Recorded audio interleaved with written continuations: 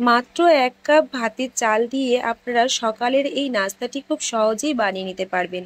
আর এতটা নরম তুলতুলে হয় সেটা আপনারা কিন্তু দেখেই বুঝতে পারছেন। নমস্কার বন্ধুরা, আমি অসীমা। আমার আবার একটি নতুন রেসিপিতে আপনাদের সবাইকে স্বাগত জানাই। আশা করছি আমার আজকের রেসিপি আপনাদের খুবই ভালো লাগবে। রেসিপি ভালো লাগলে অবশ্যই একটা লাইক করতে একেবারেও ভুলবেন না। ১ কাপ ভাতের চাল আমি সারা রাতের জন্য ভিজিয়ে রেখেছিলাম। আমি রেগুলার যে চাল ব্যবহার করি সেই চালটাই কিন্তু রাত্রিবেলা ভিজিয়ে নিয়েছিলাম। যদি হাতে সময় কম থাকে সেক্ষেত্রে আপনারা কিন্তু ২ ঘন্টা চালটা ভিজিয়ে রাখলেও হবে, যেন চালটা খুব ভালোভাবে ভিজে যায়। চালটা যতটা ভালোভাবে ভিজে যাবে এই রেসিপিটি বানাতে ততটাই সুবিধা হবে। এবার একটা মিক্সিং জার নিয়েছি, আর এই ভিজিয়ে রাখা চালটা আমি পরিমাণ মতন দিয়ে ভালো করে একদম মিহি করে কিন্তু পেস্ট করে নেব। খুব বেশি জল দিয়ে পেস্ট করবেন না, সামান্য একটু জল দিয়ে কিন্তু মিহি করে পেস্ট করে নিতে হবে। আর এখানে কিন্তু আমি একেবারে চালটা পেস্ট করিনি, ২ ভাগে ভাগ করে কিন্তু পেস্ট করে নিয়েছি। দেখুন ঠিক এই রকম মিহি করে চালটাকে কিন্তু পেস্ট করে নিতে হবে। হাতে সময় যদি কম থাকে চটজলদি এই নাস্তাটি কিন্তু আপনারা খুব সহজেই বানিয়ে নিতে পারবেন, আর খেতেও কিন্তু ভীষণ ভালো হয়।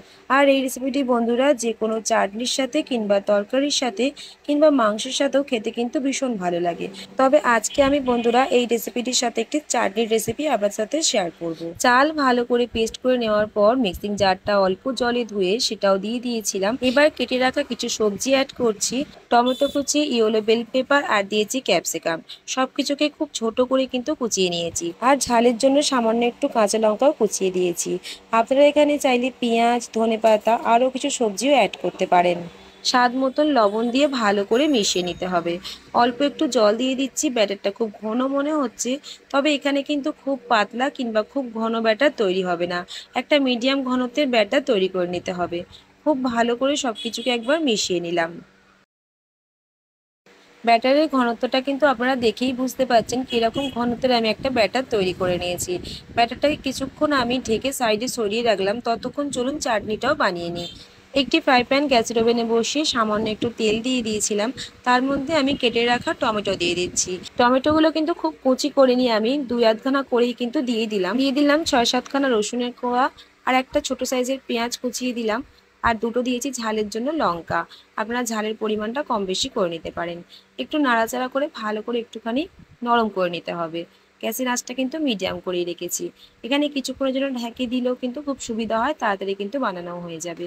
বন্ধুরা একবার এইভাবে চাটনি বানিয়ে খেয়ে দেখতে পারেন, খেতে কিন্তু ভীষণ ভালো লাগে। খুব ভালো করে দেখুন একটু নাড়াচাড়া করে নিয়েছি, হালকা একটু ভাজা হয়ে এসেছে। এবার আমি এইগুলোকে সমস্ত মিক্সিং জারের মধ্যে ঢেলে নিচ্ছি, আর খুব ভালো করে একদম মিহি করে পেস্ট করে নেব। এবার দেখুন চাটনির কালারটা কত সুন্দর এসেছে। একবার এইভাবে কিন্তু চাটনি বানিয়ে দেখতে পারেন।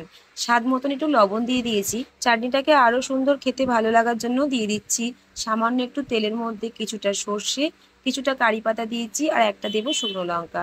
একটু ভালো করে নাড়াচাড়া করে নিতে হবে। গ্যাসের আঁচটা কিন্তু একদম লো করেই রেখেছি। আর এটাও কিন্তু এবার আমি চাটনির মধ্যে দিয়ে দিচ্ছি। এই চাটনিটা কিন্তু খেতে বন্ধুরা দারুণ লাগে, অবশ্যই কিন্তু আপনারা একবার ট্রাই করে দেখতে পারেন। আর এইভাবে চাটনি কিন্তু আপনারা আগের দিন বানিয়ে রাখলে আপনাদের কাজটা অনেকটাই সুবিধে হবে। এদিকে ব্যাটার কিন্তু একেবারেই তৈরি আছে, এর মধ্যে এবার দিয়ে দিতে হবে সামান্য একটু ইনো। ১ প্যাকেটে ইনো সব কিন্তু দেবেন না, সামান্য একটু এর মধ্যে ইনো দিয়ে দিচ্ছি, আর সামান্য একটু জল দিয়ে ইনোটাকে ভালো করে অ্যাক্টিভ করে নিতে হবে। এবার খুব ভালো করে কিন্তু মিশিয়ে নিচ্ছি। আর মেশানোর কাজটা কিন্তু একটু ভালো করেই করতে হবে, যেন কোনো জায়গায় ইনোটা দলা পাকিয়ে না থাকে। খুব ভালো করে কিন্তু মিশিয়ে নিতে হবে। খুব ভালো করে দেখুন মিশিয়ে নিয়েছি। চলুন এবার এইগুলোকে তৈরি করে নিই। গ্যাসের উপরে একটি ফ্রাই প্যান বসিয়ে দিলাম, আর ভালো করে হাই হিটে গরম করে গ্যাসের আঁচটা কিন্তু একদম লো করে দিয়েছি। সামান্য একটু তেল ব্রাশ করে দিয়েছি। ১ হাতা ব্যাটার দিয়ে ঠিক এইভাবে একটু নেড়ে চেড়ে চাড়িয়ে দিয়ে একটু ঢেকে দিলাম। গ্যাসের আঁচটা কিন্তু লোয়ের থেকে একটু বাড়িয়ে দিয়েছিলাম। যখন দেখবেন উপরের দিকটা ভালোভাবে শুকনো হয়ে এসছে, সামান্য একটু ব্রাশে করে একটু চারিদিকে তেল দিয়ে দিলাম। দেখুন খুব ভালোভাবে চারিদিকটা যাতে শুকিয়ে যায়, সেইভাবে কিন্তু অবশ্যই একটু সময় নিতে হবে।